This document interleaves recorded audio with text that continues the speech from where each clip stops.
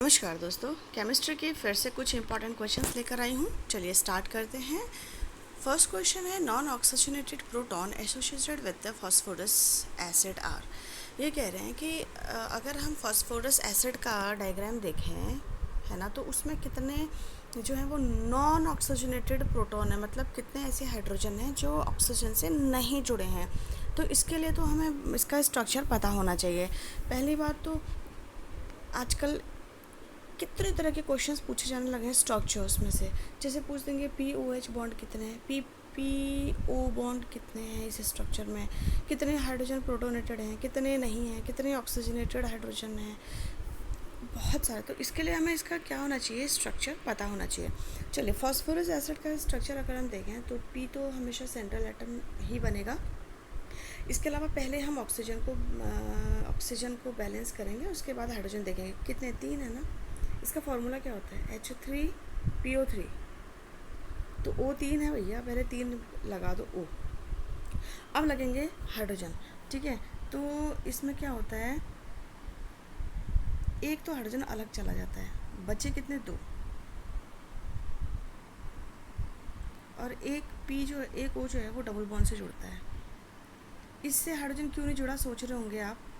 इससे हाइड्रोजन इसलिए नहीं जोड़ा इस वाले से, क्योंकि इसके पास इसकी वैलेंसी पूरी हो चुकी थी डबल बॉन्ड से। तो इसको किसी से हाइड्रोजन चाहिए नहीं थे, इसलिए इसने किसी के साथ बॉन्ड नहीं बनाया, सिर्फ P से बनाया। P के पास 5 होता है ना, 1 2 3 4 5। इस तरीके से इसने अपनी वैलेंसी पूरी कर ली, अभी लेगा भी इनसे। तो देखिए आप, अगर हम नॉन ऑक्सीजनेटेड प्रोटॉन की बात करें तो ये प्रोटॉन है, हाइड्रोजन। नॉन ऑक्सीजनेटेड मतलब ये यही है जो कि ऑक्सीजन से नहीं जुड़ा है। तो इसका मतलब 1 हाइड्रोजन होगा, 1 हाइड्रोजन। तो इसका आंसर होगा क्या, ये सॉरी, इसका आंसर क्या होगा, ये वाला 1, ठीक है।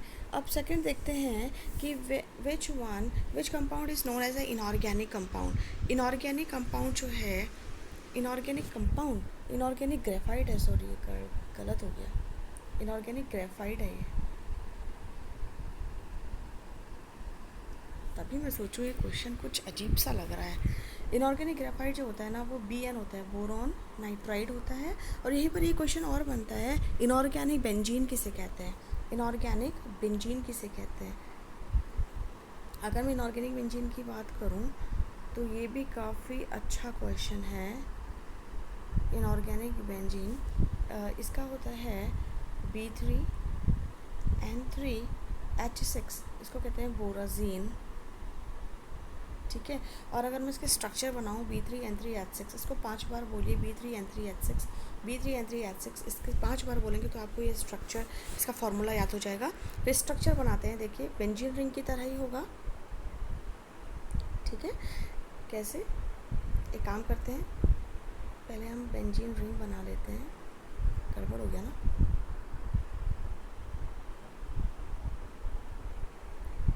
B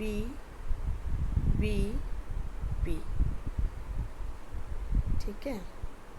फिर गड़बड़ हो गया है तो जगह ही नहीं हो रही है, रुको मैं करती कोशिश। B अब जगह हो जाएगी, N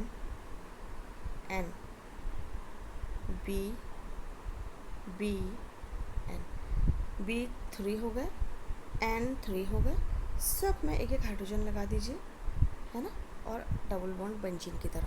तो H H H H H H, तो ये थी, इसको कहते हैं B3N3H6, inorganic benzene. Next question है, which one will not show the resonance. Resonance तो इसमें सभी दिखाएंगे, ठीक है ना।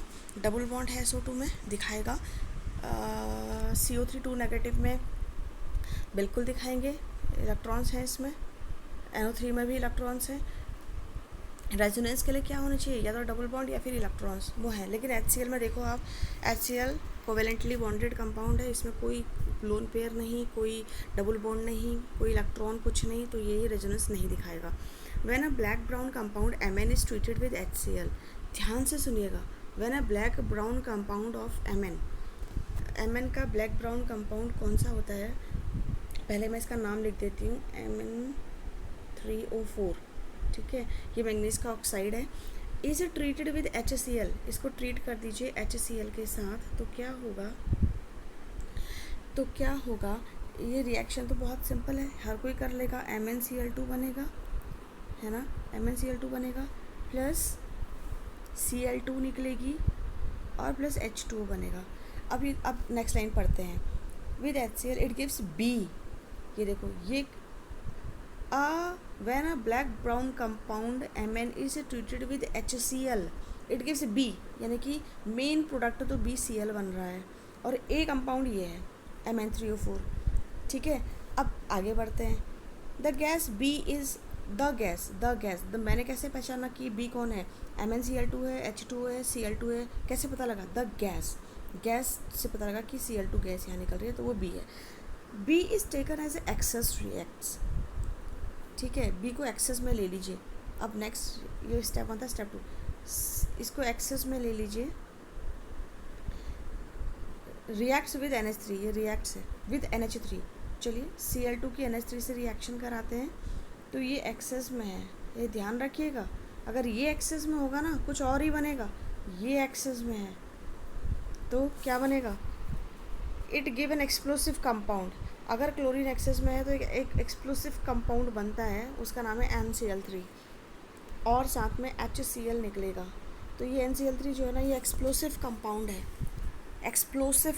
है, बहुत ही इम्पॉर्टेंट, वेरी इम्पॉर्टेंट बोलूँगी मैं इसको, ये आया हुआ क्वेश्चन है। नेक्स्ट क्वेश्चन, मैंने ये डायग्राम बनाया भी है, देखिए, इसमें शायद आपको कन्फ्यूज़न होगा, ये वाला तो ठीक है, ये वाला मैंने क्या करा, ये एक्सेस, इसमें अमोनिया एक्सेस में ले लिया था ना, इसलिए ये वाला बना, तो इसकी ज़रूरत नहीं थी वैसे। तो मैंने फिर क्लोरीन को एक्सेस में लिया, ये देखो, ये एक्सेस में लिया, तो ये इंटरमीडिएट बना N2HCl और NCl3 बना फाइनल प्रोडक्ट। तो ये A हो गया, ये B हो गया, ये C हो गया। यही पूछा है कि ABC क्या होंगे इस पूरी प्रोसेस में। विच compound is use for itching of compound, एक मिनट, ईचिंग ऑफ, ये क्या क्वेश्चन है? ये तो कुछ गड़बड़ हो गया, ईचिंग ऑफ ग्लास होगा ये, आज बहुत प्रिंटिंग मिस्टेक है। ईचिंग ऑफ ग्लास, ठीक है, तो देखते हैं question. Itching of glass, hydrofluoric acid. अब मैं आपको बताऊँ ईचिंग ऑफ ग्लास क्या होता है। ईचिंग ऑफ ग्लास का मतलब है कि ये एक टेक्निक है, जैसे आपने कई बार देखा होगा ना, कांच पे क्या हुआ रहता है, कांच पे काफ़ी अच्छी पेंटिंग्स करी हुई रहती है ना, आर्ट बनाई रहती है, देखा है कभी? तो वो जो आर्ट बनाई जाती है ना, उसको ईचिंग ऑफ ग्लास कहते हैं। और इसमें यूज़ होता है ये HF, हाइड्रोफ्लोरिक एसिड, यानी कि HF यूज़ होता है, HF, ठीक है। इसके अलावा और भी चीज़ें यूज़ हो सकती हैं, कोई एसिड, जैसे एसिड HF ले लिया हमने, और कुछ एब्रेसिव मटेरियल्स ले लिए, जैसे हार्ड सब्सटेंसेस ले लिए, जो कि आराम से इसमें क्या कर सकते हैं, सॉफ्ट चीज़ में लिख सकते हैं, इस कांच में इसे बनाया जा सकता है, लिखा जा सकता है।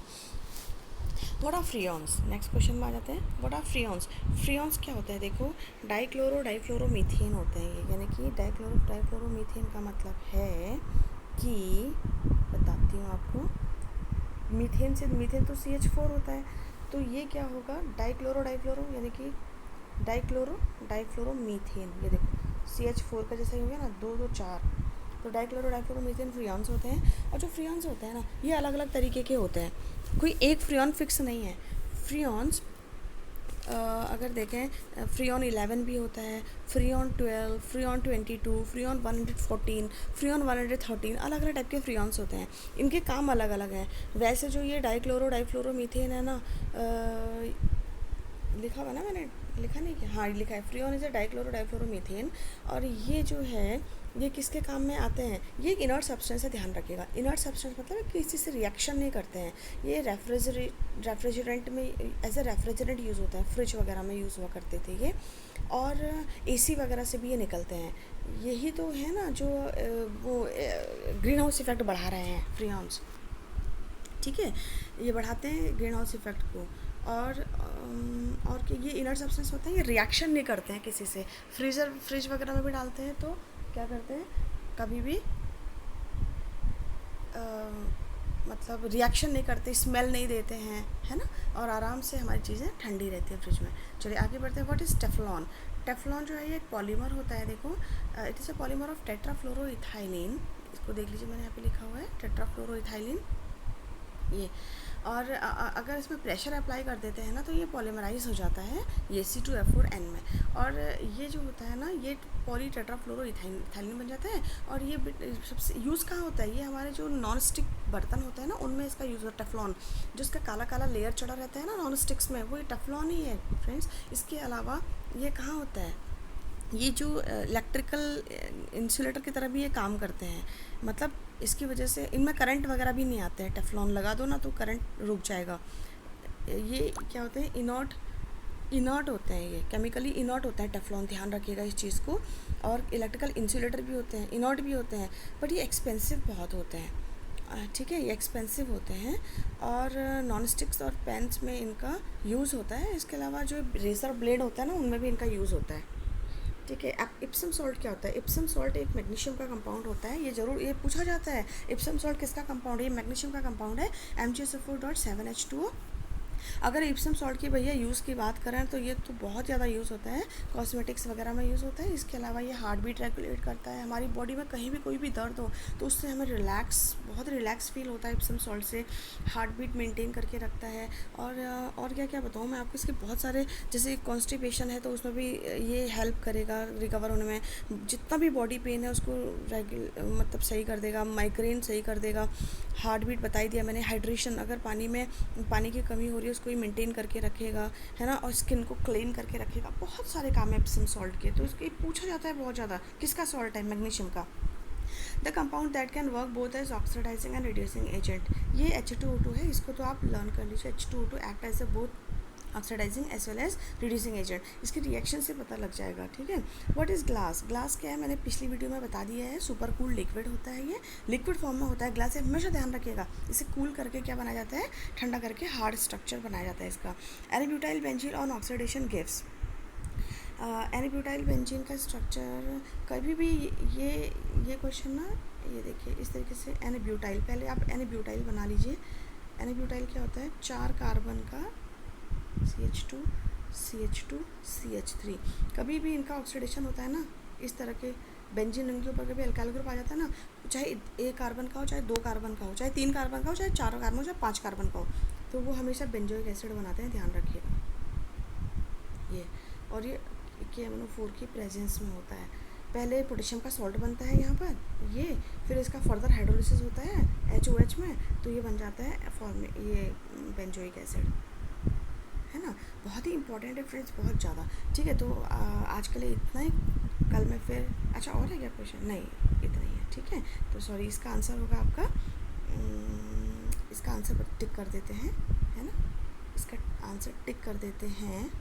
इसका आंसर टिक करेंगे बेंजोइक एसिड, बेंजोइक एसिड यहाँ पे आ जाएगा थर्ड आंसर, राइट। तो आज के लिए इतना ही फ्रेंड्स, मैं कल फिर कुछ इंपॉर्टेंट इंटरेस्टिंग क्वेश्चंस के साथ हाजिर होती हूँ। तब तक आप पढ़ते रहिए, खुश रहिए, मस्त रहिए, बाय बाय।